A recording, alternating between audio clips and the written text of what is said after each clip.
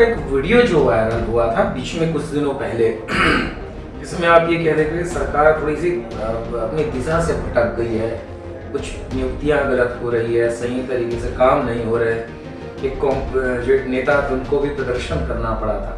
उस वीडियो के बारे में बताइए, क्या थी उसके पीछे की कहानी, आगे नाराजगी क्यों थी? तमाम सरकार से लोगों को बहुत अपेक्षाएं हैं। देश चाहता है, प्रदेश चाहता है, जो नेता है हमारे ईमानदार हमारे काम को पूरा करें। पहले जब 15 साल तक मुख्यमंत्री डॉक्टर रमन सिंह और वर्तमान में मुख्यमंत्री विष्णुदेव साय जी, तो विष्णुदेव साय जी के कार्यकाल को कैसा देखते हैं?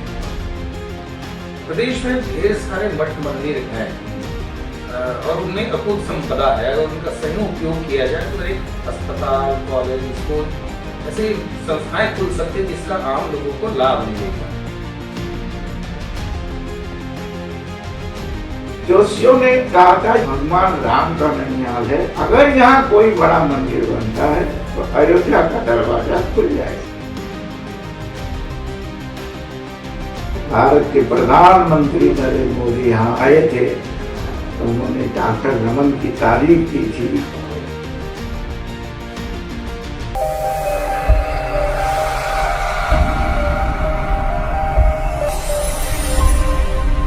आरएसएस के वरिष्ठ पदाधिकारी, राम मंदिर के प्रमुख और धर्म जागरण के छत्तीसगढ़ में कार्य देखने वाले राजेंद्र प्रसाद जी हमारे साथ हैं, जिनको लोग प्यार से राजेंद्र भाई साहब कहते हैं। उनसे बहुत सारे विषयों में हम बात करेंगे। छत्तीसगढ़ की राजनीति, प्रदेश में होने वाले मतांतरण और राम मंदिर और हिंदुत्व को लेकर अनेक ऐसे मुद्दे हैं, उनका जवाब लेने की हम कोशिश करेंगे। वैसे पहले नमस्कार आपको। नमस्कार। सबसे पहले मैं ये आपसे जानना चाहूंगा कि प्रदेश में मतांतरण को लेकर एक बड़ी बात होती है कि प्रदेश में मतांतरण हो रहा, प्रदेश के साथ पूरे देश में, उस पूरे घटनाक्रम को लेकर आप कैसे देखते हैं? मतांतरण एक गंभीर समस्या है। मतांतरण हमारे लिए संकट इसलिए है कि जो व्यक्ति विधर्मी बन जाता है इसके कारण 4 समस्याएं खड़ी हो जाती हैं। जब वो विधर्मी हो जाता है तो सामाजिक संघर्ष खड़ा हो जाता है। केवल सामाजिक संघर्ष ही नहीं होता, सामाजिक विद्वेष होता है, राष्ट्र विरोधी विचारों में फंस जाता है और देशद्रोही विचार आ जाते हैं। इसलिए हमारे लिए मतांतरण एक गंभीर समस्या है और केवल हमारे लिए नहीं है, पूरे भारत के लिए गंभीर समस्या है। और धीरे धीरे दुनिया में भी ये समस्या उत्पन्न हो रही है। जो वहाँ के मत के विरुद्ध लोग रहते हैं, भारतीयों को छोड़ दीजिए, हिंदुओं को छोड़ दीजिए, हिंदू जहाँ जाता है वहाँ देशभक्त पूर्वक काम करता है, वो किसी को भी अलगाववाद, आतंकवाद नहीं सिखाता है। ये मतांतर तो गंभीर समस्या है। अपने कार्यकर्ता और समाज के लोग और अपने सभी संगठनों के लोग इसके प्रति सजग हैं और काम कर रहे हैं। उसमें हमारे सभी संगठनों के कार्यकर्ता मिलजुल कर घर वापसी में लगे हैं। देश में अलगाववाद को लेकर भी बात होती, हमेशा अलगाववाद एक अलग तरीके से मुहिम चलाता है, हमेशा अलगाववाद की बात होती है, उसको लेकर क्या सोचते हैं आप? अलगाववाद का तो सीधे अर्थ है कि राष्ट्र के विरोधी विचार करना, राष्ट्र के विरोधी कार्य करना, यही तो अलगाववाद है। अब आप देखिए, दिल्ली में बम विस्फोट हुआ, यह आतंकवाद नहीं है तो क्या है? जंगल जंगल में लोग अलगाववादी काम कर रहे हैं, लूटपाट कर रहे हैं, हिंसा कर रहे हैं। ये तो राष्ट्रभक्ति नहीं मानी जाएगी, तो अलगाववाद ही माना जाएगा। इतना ही नहीं, और भी बहुत सी चीजें अलगाववाद है। हमारे लोग कुछ कहने लगे आप छत्तीसगढ़ महतारी, तो मैं कहता हूँ छत्तीसगढ़ महतारी बोलना क्या जरूरत है? अरे ये तो पूरा भारत, हम भारत माता को मानते हैं, जो हमको पालती है, पोसती है, वो हमारी माता है। भारत माता हमारा जीवन प्रदान करती है तो गंगा माता, गौ माता, धरती माता, और इतना ही नहीं, प्रकृति माता हमको जो पालती पोसती उसको तो हम माता कहते हैं। वंदे मातरम की अभी जय बोला गया, ये तो सबको बोलना चाहिए, स्वाभिमान का विषय है। मैं माता को प्रणाम करता हूँ, यही तो वंदे मातरम है। तो माता तो हमारी संस्कृति है। ये बात ठीक है, हम जिस धरती में रहते हो हमारी धरती माता है, लेकिन माता तो इस देश की प्रकृति है। कहीं आपने सुना इंग्लैंड माता की जय, अमेरिका माता की जय, पाकिस्तान माता की जय, बांग्लादेश माता की जय, चीन माता की? वो माता की संस्कृति ही नहीं है। हमारे यहाँ तो माता की संस्कृति है। हम माता पिता को तो बड़ा पूज्य मानते हैं। इसलिए संपूर्ण देश में, भारत में, हमारे यहाँ भी भारत माता जन जन में समाई है, समाना चाहिए। एक राजधानी में हमारे यहाँ छत्तीसगढ़ में बड़ा प्रसिद्ध मंदिर है राम मंदिर, जहाँ पर देश के प्रदेश के दुनिया बड़े बड़े बड़े नेता आते हैं, देश भर के। जब इसकी स्थापना हुई तो तत्कालीन सांसद और वर्तमान उत्तर प्रदेश के मुख्यमंत्री योगी आदित्यनाथ जी आए। भगवान राम की बड़ी कृपा बताई जाती है, तो इस मंदिर को लेकर कुछ ऐसी बातें बताइए आप। भगवान राम का मंदिर बनने के पीछे कहानी है। ज्योतिषियों ने का हमने एक सम्मेलन किया था, बड़े मूर्धन्य ज्योतिषी थे। उन्होंने कहा था यह ननिहाल है, भगवान राम का ननिहाल है। अगर यहाँ कोई बड़ा मंदिर बनता है तो अयोध्या का दरवाजा खुल जाएगा। हमें ज्योतिषियों के ज्योतिष पर विश्वास था। यह स्थान हमें उपलब्ध हो गया क्योंकि इस भूमि का मुख्य ट्रस्टी कलेक्टर था। हमने यहाँ के महंत राम सुंदर दास जी से भी पूछा तो उन्होंने कहा इस जमीन से हमारा कोई लेना देना नहीं है। तो रेवेन्यू विभाग ने हमको कहा कि ये ट्रस्ट की जमीन है, इसे आप इस काम में उपयोग कर सकते हैं। राम मंदिर बनना शुरू हो गया। एक बात जरूर है कि हमने किसी सरकार से सहायता नहीं ली, लेकिन ये बात तो ठीक है कि उस समय भाजपा की सरकार थी, डॉक्टर रमन मुख्यमंत्री थे, वो भी हिंदूवादी थे। उनको लगा कि अगर ये भव्य मंदिर के लिए काम आ रहा है तो हमारे लिए सौभाग्य की बात है, तो पीछे से उनका सहयोग था। राम मंदिर के प्राण प्रतिष्ठा के लिए शुक्रताल में 350 संतों का सम्मेलन था, मैं गया था। वहाँ पर पूज्य आदित्यनाथ जी, संत विजय कौशल महाराज जी, स्वामी परमात्मानंद जी और देश के प्रमुख संत वहाँ उपस्थित थे। प्राण प्रतिष्ठा की तिथि तय हुई, उस तिथि पर सबने सहमति दी। उस समय तो योगी आदित्यनाथ सांसद थे, उनका कार्यक्रम लग गया था। उत्तर प्रदेश में चुनाव था, लेकिन उन्होंने कहा नहीं, भगवान राम के ननिहाल में मंदिर बनेगा तो अयोध्या का दरवाजा खुलेगा, मैं उस प्राण प्रतिष्ठा में जाऊंगा।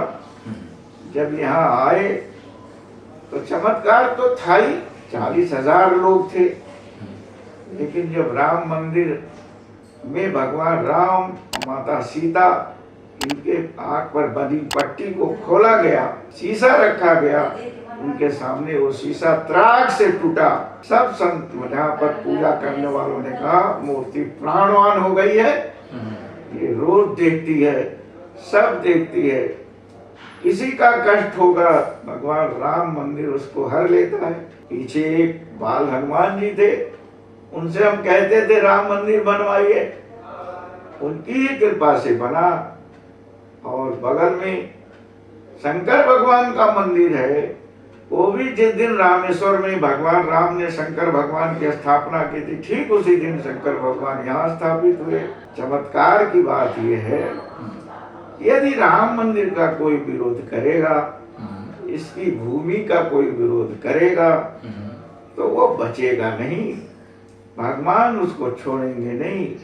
मैं नाम नहीं बताना चाहता, ऐसे कुछ लोग विरोध करते थे, वो मर गए। लेकिन राम मंदिर में जो कोई आता है, आप आइए, शाम को 6 से 6:30 से 7 बजे आरती होती है, कोई बुलाने थोड़ा जाता है, पूरा हाल भर जाता है खचाखच। और भगवान राम मंदिर का जब पर्दा खुलता है तो पूरी जनता चिल्ला उठती है, जय श्री राम। राम से मिलने जो आता है उसकी मनोकामना भी पूरी होती है, और कोई भी चीज वो मन में सोचता है वह भी पूरी होती है। राम मंदिर तो छत्तीसगढ़ का हृदय बन गया है। ये राम मंदिर की और भी विशेषताएं हैं कि पीछे राम मंदिर के पीछे जो हनुमान जी का मंदिर बना है, उसको लेकर ये कहते हैं कि योगी आदित्यनाथ जी के कहने पर ही उसका निर्माण शुरू हुआ था। कितनी सही है ये? नहीं, आदित्यनाथ जी ने कहा कि पीछे हनुमान जी का मंदिर है, वो टिन के सेट में बना है, वो बाल हनुमान जी है, तो मुझे लगता है कि उनको मूर्त रूप में ठीक प्रकार बनाना चाहिए। वो और यहाँ के उस समय के मुख्यमंत्री तुरंत आए, प्राण प्रतिष्ठा कर दी, और जनता ने अपने पैसे के बल पर हनुमान जी का यह मंदिर निर्माण कराया। ये हनुमान जी अपने माता की गोद में है। यही मंदिर हनुमानगढ़ी में भी है। वहाँ बाल हनुमान जी को वो पर्दे से ढके रहते हैं जिससे उन्हें नजर न लग जाए, लेकिन यहाँ हनुमान जी तो सबकी नजर उतार देते हैं। तो बाल हनुमान जी खुले अपने माँ की गोद में हैं और सबको देखते रहते हैं, कौन आ रहा है, कौन नहीं आ रहा है, कौन भक्त है, कौन नहीं भक्त है। 6:30 से 7 आरती के बाद फिर हनुमान मंदिर की आरती होती है, फिर शंकर भगवान की आरती होती है। हजारों हजार लोग रहते हैं, मारुति की जय होती है, 2 मंत्र यहाँ गूंजते हैं, माता अंजनी कुमार की जय हो, सीतापति राम भक्त हनुमान की जय हो, और उधर हर हर महादेव जय शिव शंकर की गूंज होती है। ये पूरा क्षेत्र बिल्कुल भक्ति से भरपूर है। आपका एक वीडियो जो वायरल हुआ था बीच में कुछ दिनों पहले, इसमें आप ये कह रहे थे कि सरकार थोड़ी सी अपनी दिशा से भटक गई है, कुछ नियुक्तियां गलत हो रही है, सही तरीके से काम नहीं हो रहे। जो एक नेता थे उनको भी प्रदर्शन करना पड़ा था। उस वीडियो के बारे में बताइए, क्या थी उसके पीछे की कहानी, आगे नाराजगी क्यों थी? सच बात तो ये है कि यहाँ पर वर्तमान सरकार से लोगों को बहुत अपेक्षाएं हैं। देश चाहता है, प्रदेश चाहता है, जो नेता है वो हमारे ईमानदार हो, हमारे काम को पूरा करें। ये बात सही है कि यहाँ के कई मंत्री और कई एमएलए बहुत अच्छे हैं, बड़े होनहार हैं। यहाँ का मुख्यमंत्री बहुत ही ईमानदार है, बहुत ही सरल है, सबकी बात सुनता है, सबके कष्ट में वो भाग लेता है। वनवासी है, वनवासी मुख्यमंत्री, लोगों को रास नहीं आता। केंद्र ने वनवासी बनाया क्योंकि छत्तीसगढ़ में वनवासियों की संख्या बहुत अधिक है, उसे भी स्थान मिलना चाहिए। आखिर आप देखिए, देश का राष्ट्रपति भी तो वनवासी है, तो वनवासी बनना ये सौभाग्य की बात है। वनवासी क्षेत्रों में लोगों को उत्साह है कि मुख्यमंत्री मेरा है, सबको उत्साह। मुख्यमंत्री किसी को तकलीफ नहीं देता। मुख्यमंत्री से कभी नहीं सुना होगा कि किसी के प्रति उसने कटुता अपनाई हो, किसी को उल्टा सीधा कहा हो। हर एक के कार्यक्रम में जाता है, समय देता है, मुस्कुराता रहता है और प्रामाणिकता से काम करता है। हाँ, मुझे मालूम है भारत के प्रधानमंत्री नरेंद्र मोदी यहाँ आए थे तो उन्होंने डॉक्टर रमन की तारीफ की थी। आज तो में डॉक्टर रमन तारीफ करने लायक भी हैं। 15 साल थे और उन्होंने, आप जब नए रायपुर में जाइए और जब यहाँ की सड़कें देखिए चमचमाता हुआ, तो उसमें तो रमन ही दिखते हैं, इसमें कोई दो अर्थ नहीं है। तारीफ तो करना ही चाहिए। मेरा अगला सवाल वही था, मैं वही पूछने वाला था कि प्रधानमंत्री मोदी जी जब यहाँ आए थे राज्योत्सव में, नया विधानसभा का उन्होंने उद्घाटन किया और उस समय डॉक्टर रमन सिंह के बारे में उन्होंने कहा कि पहले ये कैप्टन थे, अभी खिलाड़ी के रूप में काम कर रहे और मेरे मित्र हैं। और आप मुझे बात को सवाल पूछने के पहले आपने उसका जवाब दे दिया। तो मोदी जी ने जो कहा था कि डॉक्टर रमन हमारे मित्र हैं, उस बातों को कैसा देखते हैं आप? देखिए, जो भी कार्यकर्ता देश में काम करता है और जो विकास का काम करता है वो तो मोदी का मित्र ही रह कहा जाएगा। जो विनाश का काम करेगा उसको मित्र कैसे कहेंगे। एक कमी तो जरूर थी, नक्सलवाद से लोग बहुत डरते थे उस समय। कोई अधिकारी वहां ट्रांसफर हो तो घबराते थे, लोग उन्हें जान से मार देते थे। ये तो उनकी कमी थी। मैं भी जब उनसे मिलता था तब इस विषय को उठाता था, लेकिन वर्तमान सरकार, वर्तमान मुख्यमंत्री और केंद्र सरकार ने इसको बड़ा संज्ञान लिया। आज नक्सलवाद समाप्ति की ओर है। अब किसी अधिकारी को कहीं ट्रांसफर करो, जाने को तैयार है। अच्छे अच्छे लोग मिलते हैं, कहते मुझे उन्नत बस्तर भेज दीजिए। तो अब तो वो डर धीरे धीरे समाप्त हो रहा है। प्रदेश में ढेर सारे मठ मंदिर हैं और उनमें अकूत संपदा है। अगर उनका सही उपयोग किया जाए तो एक अस्पताल, कॉलेज, स्कूल ऐसी संस्थाएं खुल सकती है जिसका आम लोगों को लाभ मिलेगा। पर उन मठ मंदिरों की स्थिति बहुत अच्छा नहीं है। उन स्थितियों को लेकर आप क्या देखते हैं, क्या सोचते हैं? जो मंदिर की ट्रस्टें होती हैं उनको इस विषय में विचार करना चाहिए। वीआईपी रोड पर राम मंदिर स्थित है, यहाँ पर तो भोजनालय चलता है, भोजन प्रसाद उनको मिलता है, लेकिन केवल 20 रुपए सहयोग से पूरा भोजन मिलता है। यहाँ पर छात्रावास चलता है, गरीब परिवारों के बच्चे पढ़ते हैं, उनकी भोजन व्यवस्था मंदिर करती है। इतना ही नहीं आए, गुरुकुल चलता है, उन बच्चों को पढ़ाने का काम यहाँ की योजना से होती है। यहाँ पर साधु संत भी आते हैं, उनको ठहरने की भी व्यवस्था बन रही है। यहाँ पर एक बड़ा हॉल है जिसमें 1500 लोग बैठ सकते हैं। अब संतों के प्रवचन होते हैं, कथाएं होती हैं।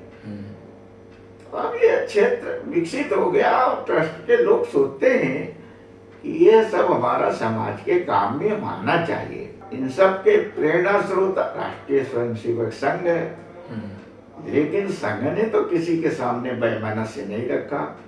संघ अपना मानता है सबको और समाज को अपने साथ जोड़ना चाहता है।